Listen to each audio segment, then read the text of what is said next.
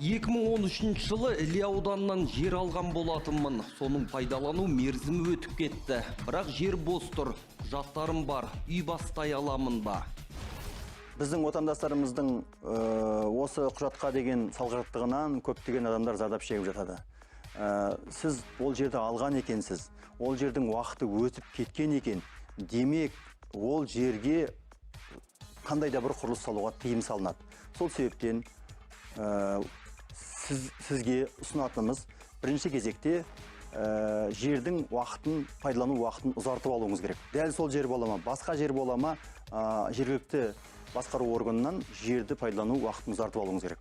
Одан кейін үйді бастасаңыз болады. Бірақ үйді бастаудың өзінде екі жолы бар. Бірінші жолы архитектуралық, жобалық тапсырма алып, сосын соған сәйкес үйді салып, содан кейін барып жекешелендіреді. Екінші, біздің отандастарымыз осы көп істеп жатқан жұмыс, үйді салып алады бірінші, содан кейін барып сотқа береді де, сотқа беріп, жерді, үйді заңдастыру туралы талап арыз береді. Оған сәйкес заңсыз құрылыс жасаған үшін өзінің айыппұлын салады да, айыппұлын алады да, төлейді де, сөйтіп үйді заңдастырып алады.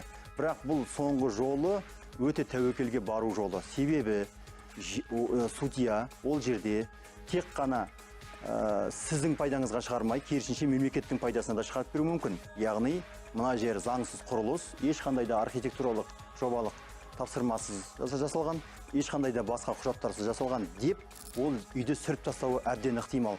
Ол кезде сіз бірнеше шығынға батасыз.